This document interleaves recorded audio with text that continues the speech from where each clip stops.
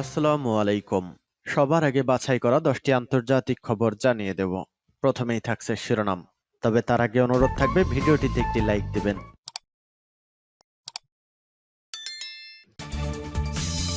পুরোদমে ইসরায়েল ফিলিস্তিনি যুদ্ধ চলছে, জানিয়ে দিব হাতে থাকা গুরুত্বপূর্ণ আপডেট আন্তর্জাতিক সংবাদ। প্রথম এই সংবাদ শিরোনাম। ইসরায়েলি আগ্রাসনের প্রতিবাদ, ডেড সি উপকূলে ইসরায়েলি লক্ষ্যবস্তুতে হামলা চালিয়েছে ইরাকি যোদ্ধারা।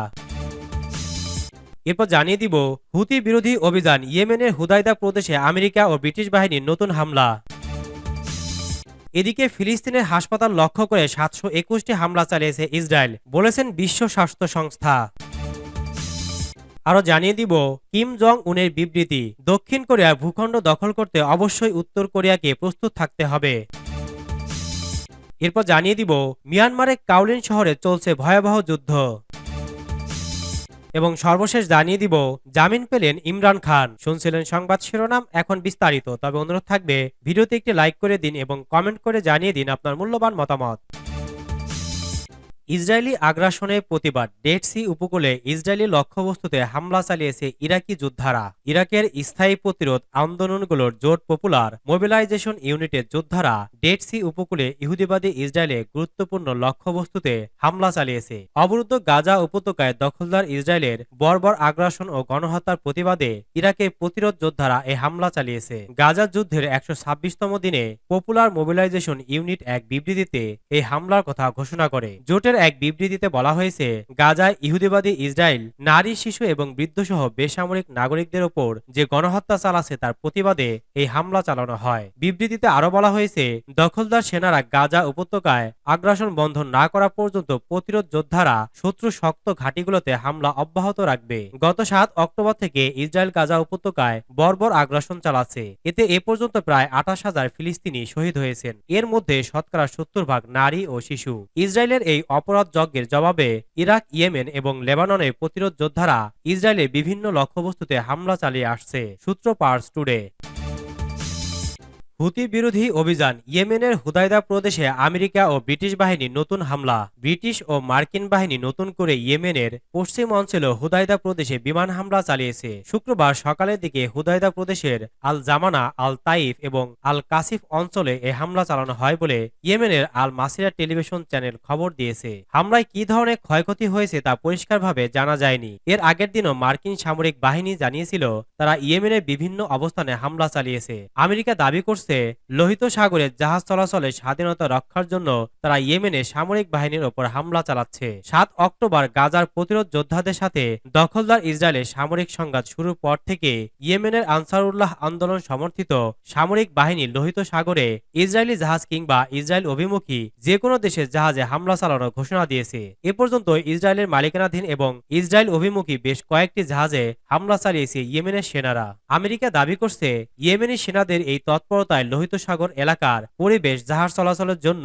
অনিরাপদ হয়ে উঠেছে। ইয়েমেনের যোদ্ধারা বলছে, ইসরায়েলের প্রতি সমর্থনের অংশ হিসেবেই আমেরিকা ও ব্রিটেনের সামরিক বাহিনী ইয়েমেনের ওপর হামলা চালাচ্ছে। তবে মার্কিন ও ব্রিটিশ বাহিনীর হামলার কারণে তারা ইসরায়েল বিরোধী অভিযান বন্ধ করবে না। সূত্র পার্স টুডে। ফিলিস্তিনের হাসপাতাল লক্ষ্য করে 721টি হামলা চালিয়েছে ইসরায়েল, বলেছেন বিশ্ব স্বাস্থ্য সংস্থা।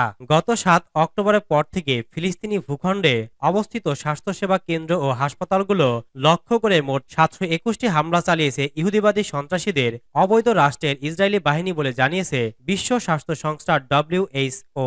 বৃহস্পতিবার জাতিসংঘের এক সংবাদ সম্মেলনে এই বিষয়টি নিশ্চিত করেছেন মুখপাত্র তারিক জাসারেভিস। তিনি বলেন, অবরুদ্ধ গাজা উপত্যকার হাসপাতালগুলো লক্ষ্য করে প্রায় 357টি হামলা চালানো হয়েছে, যাতে 645 জন নিহত এবং 818 জন ফিলিস্তিনি আহত হয়েছেন। তিনি আরো বলেন, দখলকৃত পশ্চিম তীরে হাসপাতালগুলো লক্ষ্য করে প্রায় 364টি হামলার মোট 10 জন নিহত ও 62 জন আহত হয়েছে। জাসারেভিস বলেন, এই হামলায় মোট 98টি স্বাস্থ্যকেন্দ্র প্রভাবিত হয়েছে, 27টি হাসপাতাল প্রায় ধ্বংস হয়ে গেছে, 90টিরও মতো অ্যাম্বুলেন্স ক্ষতিগ্রস্ত হয়েছে।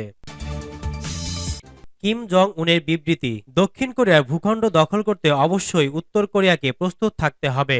উত্তর কোরিয়ার নেতা কিম জং উন বলেছেন, যে কোনো জরুরি পরিস্থিতিতে দক্ষিণ কোরিয়ার ভূখণ্ড দখল করতে পিয়ংইয়ংকে অবশ্যই প্রস্তুত থাকতে হবে। উত্তর কোরীয় সামরিক বাহিনীর প্রতিষ্ঠা ৭৬তম বার্ষিকী উপলক্ষে দেয়া ভাষণে কিম জং উন একথা বলেন। এ সময় তিনি দেশের সামরিক বাহিনীর প্রশংসা করে বলেন, সেনাবাহিনীকে অবশ্যই দেশের সার্বভৌমত্ব এবং মর্যাদা রক্ষা করতে হবে। সাম্রাজ্যবাদীরা যে প্রতারণা এবং যুদ্ধের ঝুঁকি তৈরি করেছে তার মোকাবেলায় সামরিক বাহিনীকে প্রস্তুত থাকতে হবে।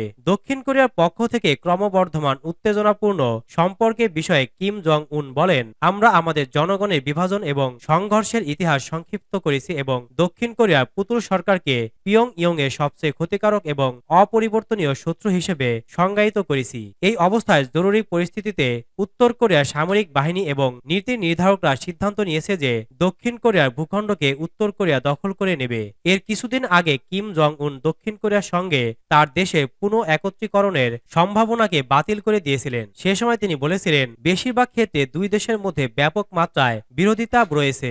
এছাড়া তিনি সম্প্রতি দক্ষিণ কোরিয়াকে দেশের প্রধান শত্রু হিসেবে ঘোষণা করার জন্য উত্তর কোরীয় পার্লামেন্টের প্রতি আহ্বান জানিয়েছেন। সূত্র পার্স টুডে।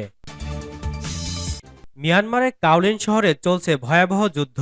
মিয়ানমারের সাগাইং অঞ্চলে কাওলিন শহরে ভয়াবহ যুদ্ধ চলছে সেনাবাহিনী ও বিদ্রোহী পিপলস ডিফেন্স ফোর্সেসের পিডিএফ এর মধ্যে। এই অঞ্চলটি পিডিএফ এর নিয়ন্ত্রণে আছে। বেসামরিক জাতীয় ঐক্যের সরকারের এনইউজি প্রতি অনুগত পিডিএফ এর কাছ থেকে শহরটি পুনর্দখলের চেষ্টা করছে সামরিক জান্তা। শনিবার উত্তর দিক থেকে সেখানে অগ্রসর হচ্ছে উন্থু শহরে অবস্থানরত সেনাবাহিনী এবং দক্ষিণ দিক থেকে কান্তাবুল ও কিউনলহা শহর থেকে সেনাবাহিনী হামলা চালাচ্ছে। বৃহস্পতিবার জান্তা বাহিনী আকাশপথে ও স্থলপথে হামলার মাধ্যমে এই শহরে প্রবেশ করে। এ খবর দিয়েছে অনলাইন দা ইরাবতী। প্রতিরোধ যোদ্ধারা বলেছে, তারা সামরিক জান্তা সেনাদের কাছ থেকে বিপুল পরিমাণ অস্ত্রশস্ত্র ও সরঞ্জাম জব্দ করেছে। শুক্রবার শহরটিতে নতুন করে সংঘর্ষ শুরু হয়েছে। সামরিক জান্তার লাইন ইনফ্যান্ট্রি ব্যাটালিয়ন ১২০ ধ্বংস করেছে বাড়িঘর। জান্তা বিরোধী কাওলিন রেভুলেশন মিডিয়া গ্রুপে একথা বলেছেন। কাওলিন রেভুলেশন শুক্রবার ইরাবতীকে বলেছে, শহরটিতে অব্যাহত গোলাগুলি চলছে, এতে বেসামরিক লোকজন হতাহত হয়েছে। গতকাল শুক্রবার বিকেলে শহরটির কাইওয়া জায়ার ওয়ার্ডে বাড়িঘরে আগুন ধরে দিয়েছে সেনাবাহিনী। বুধবার পার্শ্ববর্তী কান্তাবুল শহরের চ্যাথিন উইল্ড লাইফ স্যাংচুয়ারির কাছে যুদ্ধ হচ্ছিল। বৃহস্পতিবার প্রতিরোধ যোদ্ধারা তাদের বিরুদ্ধে পাল্টা হামলা চালায়। কিউনলহা অ্যাক্টিভিস্ট গ্রুপ বলেছে, ২ দিনে প্রতিরোধ যোদ্ধাদের বিরুদ্ধে যুদ্ধবিমান এবং MI-35 হেলিকপ্টার ব্যবহার করে হামলা চালানো হয়েছে। এতে উভয় পক্ষেই হতাহত হয়েছে। প্রতিরোধ যোদ্ধাদের হামলার পর কান্তাবালুতে সামরিক জান্তার ট্যাঙ্ক ব্যাটালিয়ন ৬০০৬-তে জরুরি অবতরণ করতে বাধ্য হয় MI-35 হেলিকপ্টার। কয়েকদিনের হামলার পর ৬ নভেম্বর সামরিক জান্তা বিরোধীরা কাওলিনের জেলা পর্যায়ের শহর দখল করেছিল। তারপর থেকে সেখানে গোলা ফেলা হয়েছে। এতে প্রায় ১২ জন সাধারণ মানুষ নিহত হয়েছেন। জামিন পেলেন ইমরান খান। পাকিস্তানের সাবেক প্রধানমন্ত্রী ও পিটিআই এর প্রতিষ্ঠাতা ইমরান খানকে ১৪টি মামলায় জামিন দেওয়া হয়েছে। পরমাণু শক্তিধর দেশটিতে নির্বাচনের ২ দিন পর তাকে এসব মামলায় জামিন দেওয়া হলো। এক্সপ্রেস ট্রিবিউনের প্রতিবেদন অনুযায়ী শনিবার ১০ ফেব্রুয়ারি রাওয়ালপিন্ডির সন্ত্রাস বিরোধী আদালত এটিসি ৯ মে দাঙ্গা সংশ্লিষ্ট ১২টি মামলার ইমরান খানের জামিন মঞ্জুর করেছেন। এছাড়া সেনাবাহিনীর সদর দপ্তর এবং সেনা জাদুঘরে হামলা নিয়ে আরও ২ মামলায় তাকে জামিন দিয়েছে আদালত। অন্যদিকে ইমরান সরকারের সাবেক পররাষ্ট্রমন্ত্রী ও পিটিআই নেতা শাহ মাহমুদ কুরেশি ১৩টি মামলায় জামিন পেয়েছেন। জানা যায়, ইমরান ও মাহমুদ কুরেশির জামিন আবেদনের শুনানি করেন এটিসির বিচারক মালিক এজাজ আজিফ। আদালত বলেছেন, ইমরানকে গ্রেফতার করে রাখার কোনো এখতিয়ার নেই। ৯ মে দাঙ্গা সংশ্লিষ্ট মামলায় সব আসামি জামিন রয়েছেন। গত ৯ মে ইসলামাবাদ হাইকোর্টে হাজিরা গেলে গ্রেপ্তার হন ইমরান খান। সাবেক এই প্রধানমন্ত্রীকে গ্রেপ্তারের প্রতিবাদে সারা দেশ বিক্ষোভে ফেটে পড়ে। বিক্ষোভ থেকে হামলা হয় সেনা স্থাপনায়। এসব দাঙ্গায় ঘটনায় ইমরান খানের নামে বেশ কয়েকটি মামলা দেওয়া হয়। অবশ্য ২০২২ সালে সংসদে অনাস্থা ভোটে হেরে সরকার থেকে বিদায় নেওয়ার পর থেকেই একের পর এক আইনি জটিলতায় পড়েছেন ইমরান খান। তার নামে প্রায় ২০০ মামলা দেওয়া হয়েছে। সম্প্রতি ৪ মামলায় দোষী সাব্যস্ত করে ইমরানকে ৩৪ বছরের কারাদণ্ড দেওয়া হয়েছে। ১০ বছরের জন্য তাকে নির্বাচনে নিষিদ্ধ করা হয়েছে। তবে পিটিআই ও ইমরান সমর্থকদের দাবি, রাজনৈতিক উদ্দেশ্য প্রণোদিতভাবে তাকে এসব সাজা দেওয়া হয়েছে এবং বর্তমানে কারাগারে বন্দী তিনি।